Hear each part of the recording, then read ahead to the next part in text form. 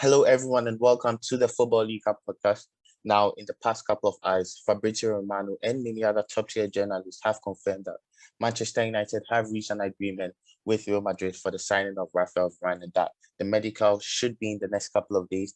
I'm joined by Chris here, who's going to be giving us the latest details on that deal, when we could see an official announcement, and also some insights on a few other transfers. Chris? Yeah, hello guys. So I'm just going to go through the Varane deal firstly. So I'll discuss that firstly, and then we'll move on to midfielders. So in terms of Varane, and obviously I've been reporting this since last year. Now, Manchester United's stance from last year was that they didn't believe that this deal was going to get done. Varane was going to sign a new contract, which we reported was a possibility. Now, what's happened since then is that around spring and May time, Manchester United were made aware of Varane's interest to move to the Premier League. So the interest started to move up, and they reached out to the agents to discuss the deal. And they were extremely positive from there. It was still, 50-50 in the sense of what was going to happen. Now, with Zidane obviously leaving Real Madrid, it's kind of, and Ramos going as well, it's kind of made Varane, wanting a new adventure, which is what has been reported in the last few weeks and months or so. So the deal's been agreed of around 50 million euros with some add-ons, which we've been talking about the last 2 weeks. Well, I have, in the sense of how much that's going to cost. And that's a big deal for Manchester United and how they're doing the structure, because it leaves them money over, which we'll talk about later. But yeah, what I will say about Varane is that his intentions are clear, that it's not about the wage, it's about a new experience with a club that's building something different now. They've got the likes of Sancho coming in, they've got a lot of top talent in the squad. And that's what Varane wants to go and move to. And Zidane leaving, the issues that Real Madrid have got, there's been a lot of issues with Perez recently, which you've seen. So it's those issues and having that experience, and Alaba getting more wages than him and them not agreeing to get the wages with them, which he thought was quite an insult. So, all of that is concluded into Manchester United's favour. And ultimately, he was going to join Manchester United when he was a young lad anyway. So, there was no other club in his interest. Chelsea were looking at him, but early on, same principle as Sancho, they said no, that he wants to go to Manchester United. So that deal is closed, and we'll hear some more, the finalisations, the fees, the medicals in the next few days. yeah. But it's a massive deal for Manchester United, because months ago, they didn't think they were going to go for it, and they were looking at Pau Torres.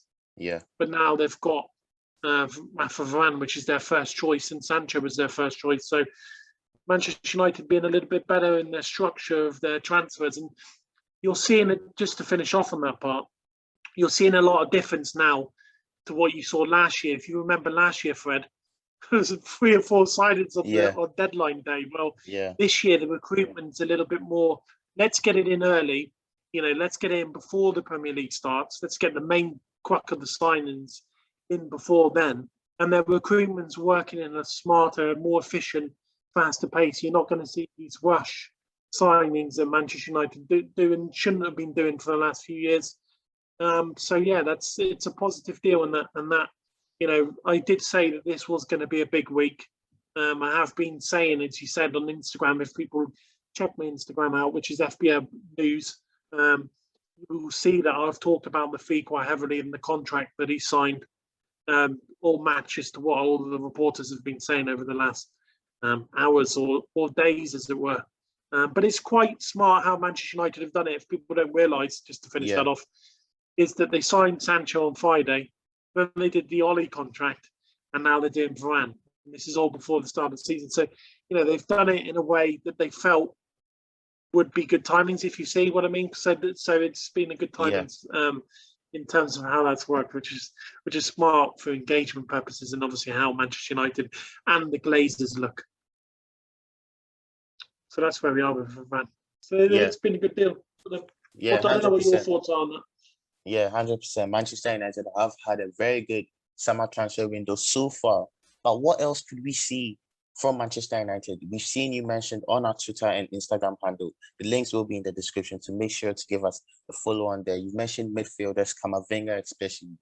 What could we see Manchester United do over the next couple of weeks until the transfer window closes? So the next stages are now, and they've got the big deals out the way. We'll call these the marquee signings, as you were for Manchester United, okay?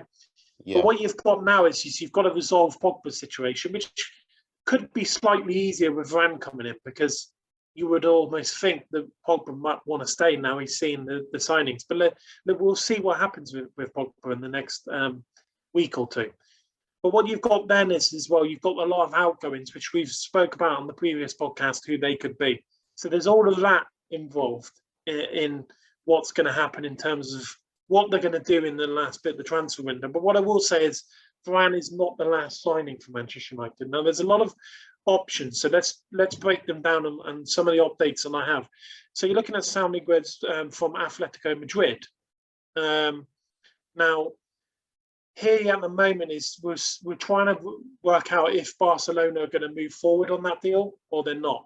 At the moment, it's stalling quite badly. So I must, from what I know and from what the Spanish areas are saying, that deal looks like it's almost dead. So Saul wants to come to the Premier League if that doesn't happen. Now, Manchester United it's got to be about 3 years interest on Saul, even more. So they seem to be doing deals that they want to do that they should have done a while ago, if you see what I mean. So with Saul at the moment is that there's nothing advanced with that player, but it's something of interest for Manchester United, and it's quite a fairly cheap deal to do. It's around 40 to 50 million euros. So it would be a quick one to do. Lingard and Dalot might generate some sales for that. So that's a potential deal that we might hear in the next couple of weeks or so as a possibility. Now, Camavinga is an interesting one because it's gone quiet over the last few weeks, as you know, Fred. There was a lot of rumours about Camavinga, what's going to happen with Camavinga. Now, what I have said, and I've reiterated, and the update that I've got is that he's a very young lad. So he's still trying to make a decision on where he wants to potentially go. He's not actually decided if he wants to go to Manchester United or if he wants to go to Spain or Paris, which would be his main thing, but he would want some playing time. So once he's made the decision, if he says yes to the Premier League, then Manchester United could do that within a few days. But at the moment, he still hasn't decided what he wants. And Manchester United are not going to wait around forever for him. They might revisit it next year if he goes on a free next year. But his club want to sell him now. So it's whoever's going to pay the most and whatever he wants to do. It'll be an interesting one over the next 10 days. We'll hear a lot more about Camavinga's situation for sure. Now, when it comes to Declan Rice, now Manchester United are not, Ollie really likes this player. So, if they could do a Lingard deal to West Ham and take some cash off and then sell the likes of Matic and those sort of players, then he might come into the picture. But at the moment, again, there is nothing advanced. So what I'm saying about the midfield situation is Manchester United have got these deals out the way so that they can spend some time exploring what is the most likeliest midfield transfer that they can make. So we'll see in the next 7 to 10 days where their heart is in terms of where they want to make a midfield option. Because what you got to remember is you've still got the situation of Donny van der Beek, who's likely to stay, by the way, and Paul Pogba's situation to figure out. Now, if Paul Pogba decides he goes, then United have got a situation where they might have to get 2 midfielders in. And when I say that is that's why they're exploring multiple options for midfield. Because if they sold Pogba, then absolutely Saul will become a major interest for Manchester United. And they could get Camavinga on a fairly cheap price but those are scenarios and still obstacles they have to go through. So they do have to sort out the Pogba situation and what they're going to do with Donny van der Beek. This is the main focus in the next few days. And then we'll see a lot more regarding the midfielder options as they go. Now, moving away from the midfield options, because there's a lot, I would say Kieran Trippier deal is still not dead. There's still a potential opportunity there for Manchester United. I have seen some information about Jules Conde. Have you seen it with the Mail that have come out and said that? Yeah. Well, I'm not quite sure at the moment if there's nothing really advanced with that. But he can play right back, of course. But there isn't anything that's advanced. It just depends if, what kind of formation Ollie's looking for. But it's an expensive deal to do, considering they've just done Varane and Sancho. So I would say it's unlikely, but it's one to watch out for. But Kieran Trippier and that Jules Koundé would be ones to watch out for. But Trippier would be the likeliest of options, and that deal isn't dead just yet. So let's see of an interest. But there's a lot of things to conclude on that. Just to finish off, you've got to resolve Pogba's situation. You've got to resolve Donny van der Beek's situation. You've then got to look at the outgoings that you want to do, because Manchester United want at least 5 or 6 sales. And that's why they've done these deals quickly, so they can focus on them. Because in the past, they've been too focused all the way through the window, trying to get marquee signings on, sometimes failed, and not actually thought about, we need to sell some outgoings. And they put people on loan and last minute deals. So they're trying to sell players like Phil Jones, probably go on a free, but the likes of Lingard and Dalot and Matic and those sort of players that they would want to move on pretty quickly. So there's a lot of things to work out, but in the next 7 to 10 days, for sure, we're going to know what's going on with the midfield.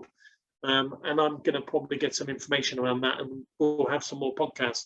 But they are actively looking for midfield. There's the likes of Neves I've heard from Wolves. Now, he's an option, but he's quite low on the list as an option. So if they did do that, that would be towards the end of the window, because they couldn't get anyone else in. So that at the moment seems unlikely compared to the rest of the ones I've spoken about. So, but it's going to be interesting, because I did say that it would be a tasty summer, and obviously they've already got Varane and Sancho, but they still need a CDM, and we'll see what happens with Pogba, as I said. But yeah, it's an interesting time for Man United. Yeah, 100%. Looking forward to see how all these players settle in at the club during the coming season. But yeah, this was just a short podcast, Chris, delivering all the latest details that you wouldn't see on the other platforms about Varane and other Manchester United signings. As usual, if you're new to the channel, make sure to subscribe. If you enjoyed the video, make sure to hit the thumbs up button and join our Discord server. The link will be in the description. Follow us on TikTok. Our TikTok channel is up. A lot of fun, nice, interesting content is posted up there. And yeah, we'll see you in the next podcast. Thanks, guys. Yeah, thank you, guys. Bye-bye now.